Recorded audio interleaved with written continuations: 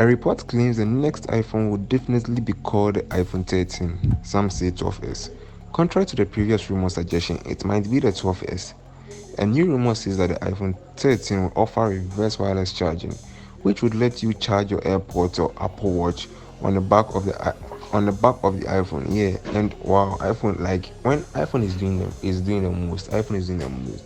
A set of alleged iPhone 13 dummy units show off the smaller notch and new diagonal camera arrangement at the back.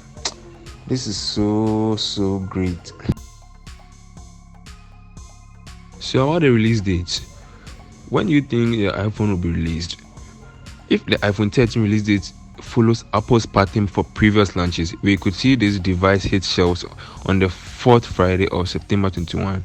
That would be September 24th. That's 24th of September 2021. That will be the day of the release of iPhone 13. But yet not confirmed by Apple. So for now, this is what rumors are saying. Because of their previous release dates of other iPhones like the 11, 12 and the other stuff, and the previous iPhones and the XXR and cool.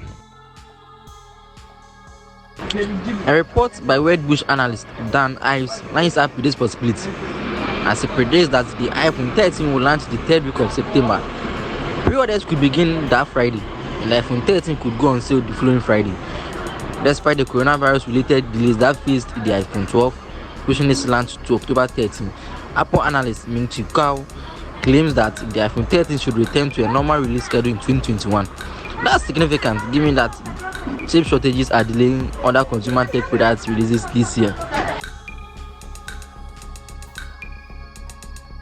The closest thing we have right now to a final design could be this alleged iPhone 13 dummy unit leaked by Sony Dixon.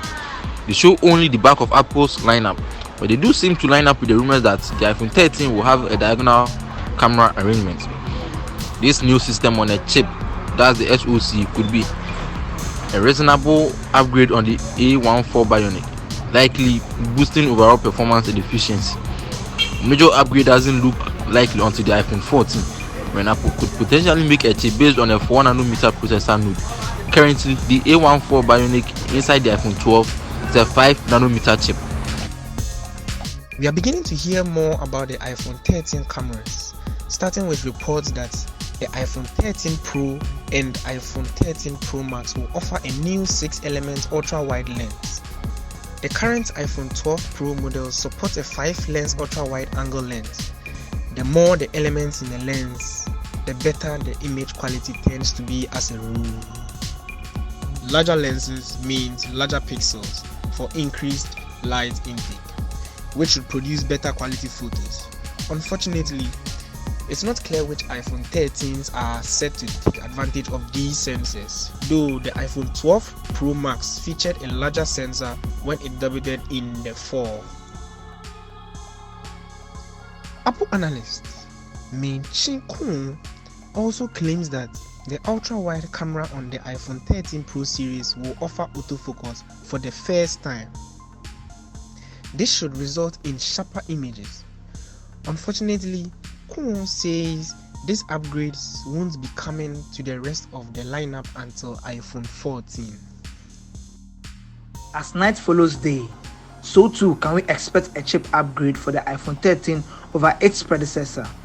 It's likely this will come in the form of the A15 Bionic, a successor to the very powerful A14 Bionic in iPhone 12.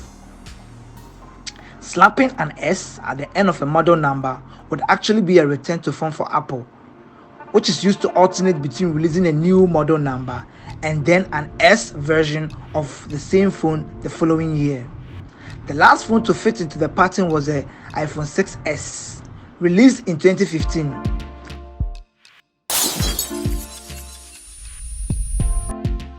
Technically, 2018's iPhone XS could be part of the naming scheme, though at the same time, Apple also introduced the iPhone XR. More likely, the standard iPhone 13 will cost around the same as the standard iPhone 12, from about 799 euros, that's $1,349 US dollars. One thing for sure is that iPhone won't be short of takers.